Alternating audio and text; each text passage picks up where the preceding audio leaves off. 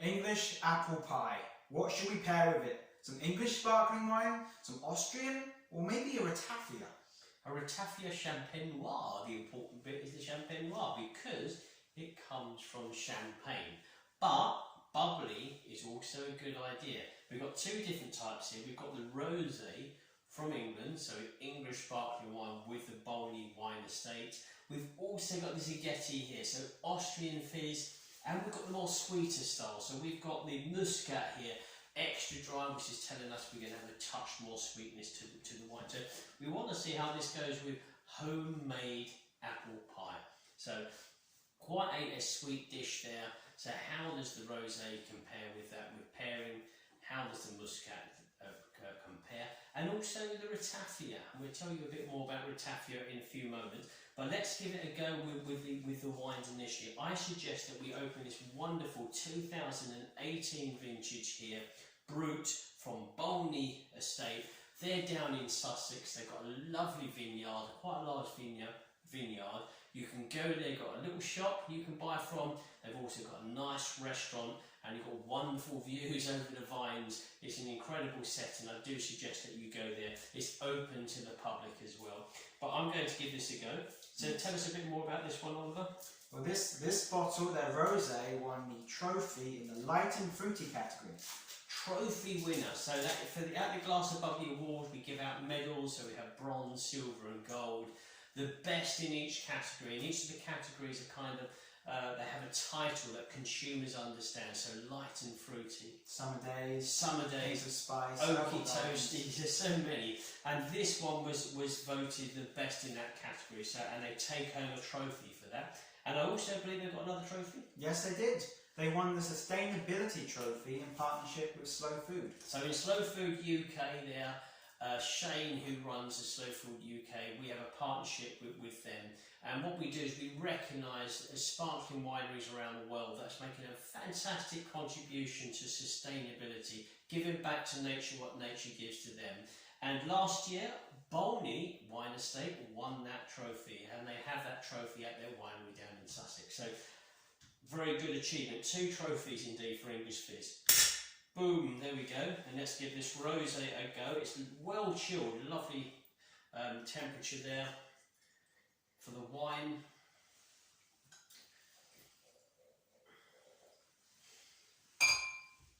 There we go. Put that back here. Plenty of fizz in the glass. It's very lively. I've got a nice warm salmon pink kind of colouring to the wine too. A touch of orange in there, a touch of copper colour. Fruity. I've got kind of red berries. I've got nettles as well. I've got garden nettles that you get in the back garden there. A bit of strawberries. Strawberries. So you've got some kind of strawberries freshly picked, and you're biting into those freshly picked strawberries. Touch of potentially nettles and grass, potentially freshly cut grass. I'm being told that this is an English country garden setting. Yeah. The spring kind of summer season. Sat in the garden and you just cut the lawn and you sat back to enjoy a well-earned glass of fizz. It's the kind of smell that you're going to get.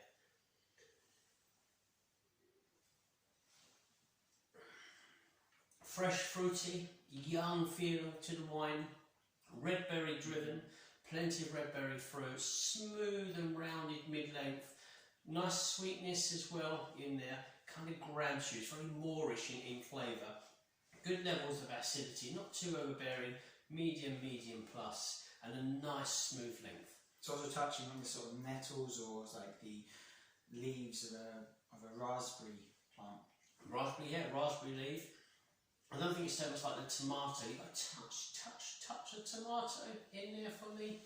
Not so much the leaves, because it's quite distinctive, but certainly the fresh tomatoes that you've made, but you've grown in the back garden. So lovely wine, very refreshing, very impressive, and overall a sincere, deserved winner of a trophy in that category. So really good. I'm going to finish this drop off. I don't want to get it to go to waste. And we're going to pop open the Szigeti. Yep, the Szigeti Extra Dry, which won a A gold medal in the dessert category. So gold medal in the dessert category. A lot of wines are on the sweeter side will fall into this category. So the competition is very high. You may be up against 30, 40 or 50 wines there. And the judges are scoring it, looking for the best dessert wine. So a wine that's sweet, but also is likely to pair with a varied styles of dessert, from fresh fruits to cakes, even over to the chocolate cake, gâteaux, all of these kind of styles of dessert. More so the fruity, sweet style of dessert over, should we say, if you're one that prefers the cheese dessert. This is what the judges chose. So again, nice yellow colour in here, light, fresh lemon kind of colour on the wine. I love the design, the labels of the Szigeti, the star, the kind of yellow star that we've got there on the bottom. A nice consistency with their branding. Szigeti was actually founded by Peter Szigeti in 1991. 1991, so relatively young. Although we're looking at 31 years ago already in the wine industry, that is more just like a baby. You're coming into becoming a toddler in the industry. Nonetheless, they can pack a powerful punch and a very good kind of impression in the industry. Winemaking is advancing all the time, but as I say, 1991 is a young winery in the grand scheme of things, especially when you look at Champagne, where they can go back a couple of 100 years at least. So nice lemon kind of style, orange peel in there. It smells grapefruit, all perfectly ripe. Perfectly ripe kind of fruit. So you've got like I've got a grapefruit there, cut in half with a sprinkling of sugar on top, getting that kind of aroma. Lovely. Let's go for the flavours. You're really tempted to taste this wine.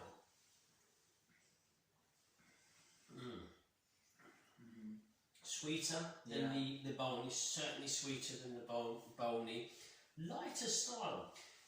White, yellow, floral notes in the palate. Certainly a degree of lemon candy sweets as well. Yeah. Not overly zesty, so it's not like kind of the sharp flavours from the lemon. It's more the candy sweets with a touch of sugar in there. Yeah, I think you've said it. I think we're venturing into the kind of grass and nettles as well. A touch of green characters in the wine, but it's very fresh. It's perfect for dessert, it really is. I'm looking forward to tasting that with the dessert. Now, what do? Do we taste the Ratafia as well? I think we probably should taste the Ratafia, but we'll certainly need a fresh glass for Ratafia. So the Ratafia is like the liqueur from the Champagne region. It can only be made there. Ratafia Champenois can be. And we've got one here from Champagne Brisson Jonchere. And Oliver said that this is a silver medal at the Ratafia Champenois Awards in London. There's another awards this year, so if you want to judge, let us know. And if you want to partake, let us know as well. But literally, lots of Ratafia went against each other, and we found the world's best, which was chosen. We had gold medals and we had silver medals, and this was one of the silver medals here. So it's a liqueur that comes specifically from the Champagne region. Not everybody produces it. Sometimes it's only produced for friends and family, but a lot of the time as well, the stock that they produce goes out commercially, so either locally or nationally. It's not that common that you'll find in England. It's very rare that you'll go into a bar and you'll ask for this and the sommelier will be able to present that to you. But nonetheless, hopefully in years to come, more and more people will know about this. But for me, I love Ratafia Champenois. Yeah. You've tasted a load as well, haven't you? So it was really nice. And this one is only €20 on the website. €20 a bottle on the website. So, but it's a wonderful drink. Once you get involved with Ratafia Champenois, there's no going back. So here we go. Let's go for the aromas. Nice. There's plenty of aromas here. I've got fresh Yellowstone fruits. I've got tobacco leaves, kind of damp tobacco leaves on the nose. Got something in syrup. Something in syrup, maybe prunes in syrup I'd go for as well. Apricot, dried apricot slices, peach as well. Yeah. subtle floral notes, but we're coming back to that kind of damp tobacco. I'm getting quite a lot of that. I'm not a smoker, so I'm not overly familiar with all that, but I can certainly feel the damp tobacco in there. Let's go for the flavour. It's relatively low on the alcohol side. I think it's 17%, 18% alcohol in this, so it's not too strong. It's not like what a whiskey might be, 40% plus. It's half that. That means you can enjoy twice as much. There we go.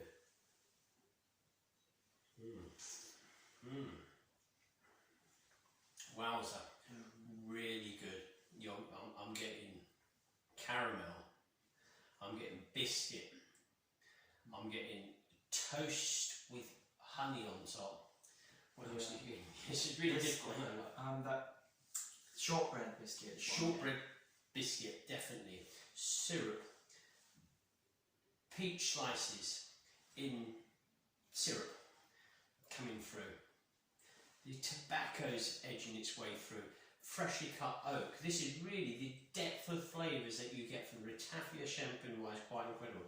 Especially if you give the Ratafia Champenois a chance to breathe in a big bold glass.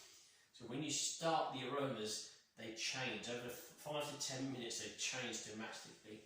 And even in the flavours, if you give the time to the wine to enjoy it, literally the display of flavours can really delight you. But here you're going to get toasty, I'm getting toffee flavours as well. This is really good. I'm surprised it only got a silver, but that's up to the judges. So we have Master of Wines and we have top level judges here. That's a splendid one. Yeah. Splendid one, really is. I'm going to have another sip of this. Wonderful, really, really good. We need to get back to the wine. So what we're going to do is we're going to pair each of these with the apple pie and see how they act together as a pairing. I do suggest that we go with the rosé first because it's less sugar. Then we move up to the muscat, and then we go to the Ratafia. Touch of rosé, thank you. So what we'll do is we'll do a tasting without cream because we've got some extra thick double cream here. And then we'll do a tasting with that cream after to see how the differences compare. So this is with the rosé. Yes. Here we go. So I've got my piece cut. Oliver's got his piece cut. This looks really good.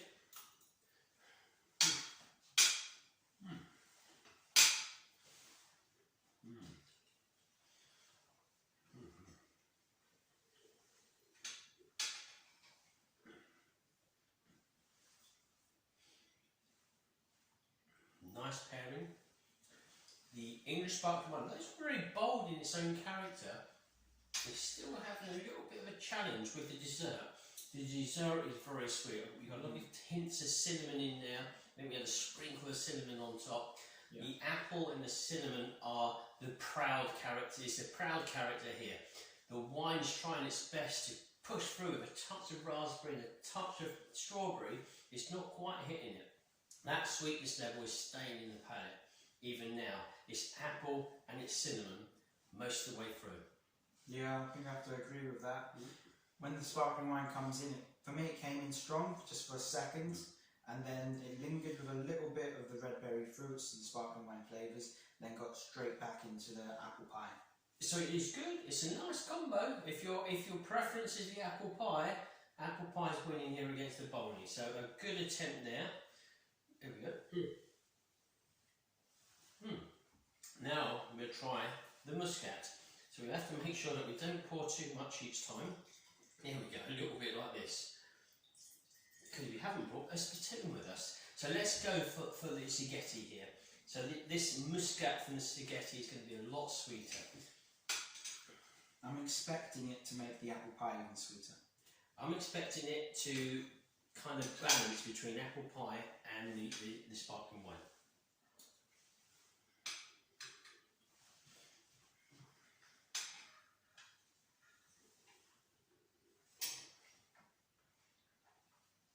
I mean, you were right.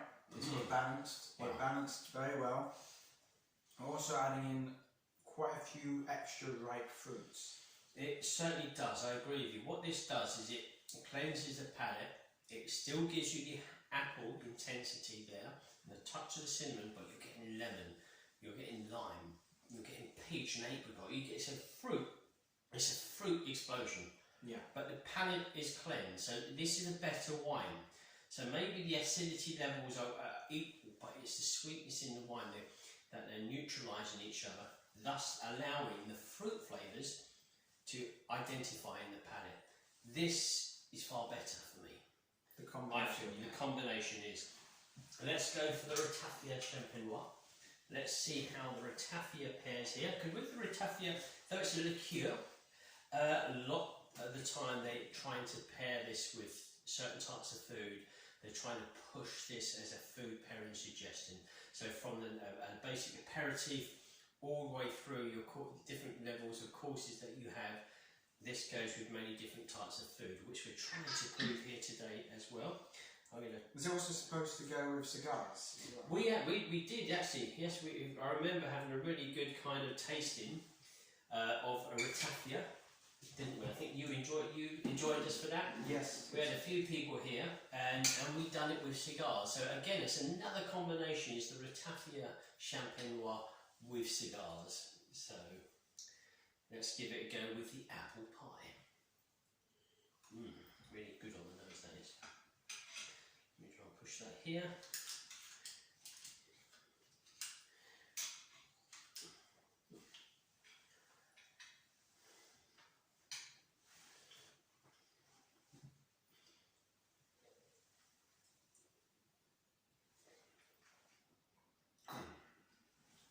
Wow. So you can see how the sweetness works. Lesser levels of sugar doesn't combat well against the apple pie. As you increase with the sugar content, so we go with the kind of extra dry with the muscat, then the balance starts to arrive. So the apple and the fruit from the wine go very well together, they harmonise. Then if you progress higher sugar levels, which the Ratafia Champenois has, the Ratafia Champenois takes precedent here. So for me, I'm getting plenty of all the wonderful flavours from the Ratafia Champenois burst. I'm getting a touch of the pastry and the apple pastry, but then, because this is a very complex drink, the Ratafia Champenois, I'm now getting towards the end, which is still going on in the palate, the oaky, the kind of pastry, the tobacco, the damp tobacco, the stone fruit element of this. Yes. So it depends whether or not this was good with it. Is this better? Potentially. Depends on the overload of sweetness that you're prepared to put up with. The Szigeti felt more like a young and vibrant Yes, it sort does, of yeah. pairing, where this one felt like a matured, sort of classic, maybe elegant pairing. Yeah, I can understand that. Certainly, yeah, this is a fresh burst, a younger feeling to it. Whereas this is probably a more sophisticated sit down, take your time, relax, absorb all of the tasting and aroma experiences. Yes, I agree. That's fresh and fruity. This is more of a serious kind of style. Yeah. We're going to try it again this time. We're going to go for the cream on top. So, actually, you're okay to pour some extra thick cream. And I'll start with the rosé, and we'll repeat this process. I'm going to move this glass. The only problem when you've got big glasses on a small table, so you have to keep taking the glasses off, just in case you're not run over. It does happen. Any wine professional will tell you, I've knocked over glasses in the past, so it's not an uncommon thing. Oliver's having to catch up there. Here we go. It's surprising, we're not pouring that much each time, so there we go. So a little bit of the rosé, give that a go. Yeah, definitely the rosé here from Bolney. Really good on those. And we've got, oh my goodness, that is thick cream, that is definitely thick cream. So, try some of that.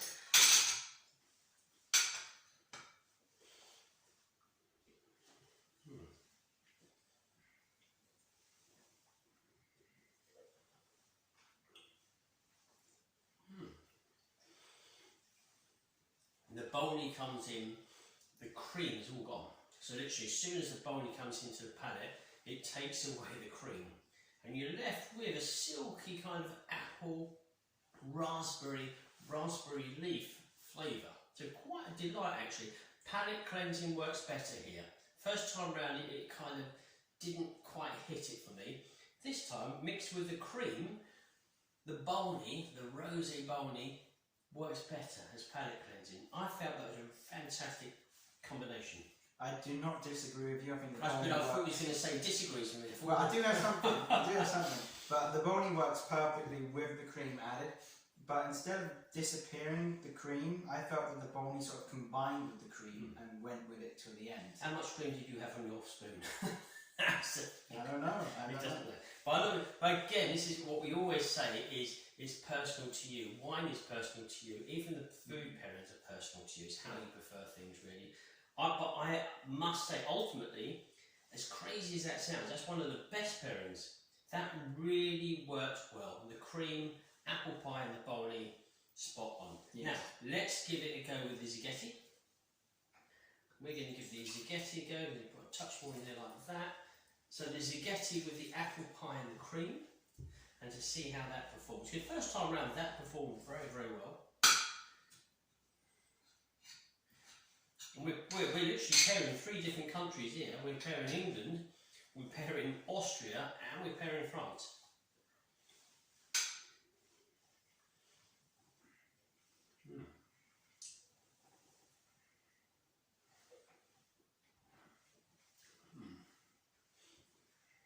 Sweeter this time. Oh, that is really good actually. Mid-length is wonderful. Mid-length I've got lemon curd, I've got silky, creamy lemon flavours. Oh, it's really, really good. That's good. Initially there's a burst, there's a kind of a combat between apple pie and lemon the kind of foliage coming in from the Szigeti, but the mid-length it harmonises and there's a creamy, silky, yellow fruit sensation. You tell me what you think. Slightly different again. For me, the cream, when it came in contact with the sparkling wine, sort of disappeared, and then the sparkling wine and the apple pie sort of tried to harmonise together, but by the end you were sort of just left with a slightly different apple pie tasting, probably because of the lemon and maybe lime added to it. That's fair enough. I mean, I've done some tastings where I've sat with a group of wine journalists, wine professionals around the table, given the same food, given the same wines, and it's really interesting to get the difference of opinions. And some people like certain pairings, others won't like certain pairings. The same pairing, some people get 2 different kind of experiences from. So it all goes down to what I said before. It's personal to you. There is nothing really right or wrong to a certain point. It's what you enjoy that's important. I thought that was really, really good. Mid-length, wonderful, creamy, citrus flavours. Really an absolute delight. So the last one we're going to try, once again, is the Champagne Brisson Jonchere and the Ratafia Champenois. We're going to try that as the last one. I'm looking forward to this one. I'm interested to see how the thick double cream goes with the Ratafia Champenois. So here we go. For this one. I was getting a bit more pie. Fingers are accepted when we do the tasting. So here we go.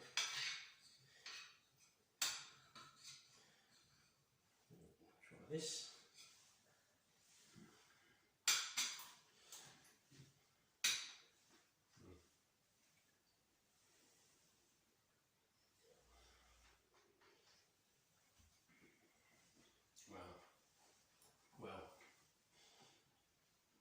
Well. That's good. The initial part is creamy, silky, velvety kind of textures in the palate. There's nothing sharp, there's nothing too aggressive.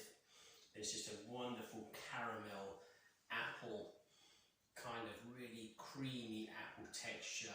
I've got pastry. What else we got here? I've got apricot, dried apricot slices. Syrupy from the syrup, I agree. Ratafia. Definitely syrup, yeah. That is really, really good. Yeah, it combines perfectly. But it is. It's a wow factor. It starts great, but then somehow gets even greater by the close. That's a nice way of putting it. It starts great and it improves from there. I agree. But what we must remember is obviously different kind of styles of wine altogether. So this is heavy. There's no bubbles in the Ratafia Champenois, remember, as well. But these two here are different styles of kind of pairing. I thought the Bolney done very, very well with the cream.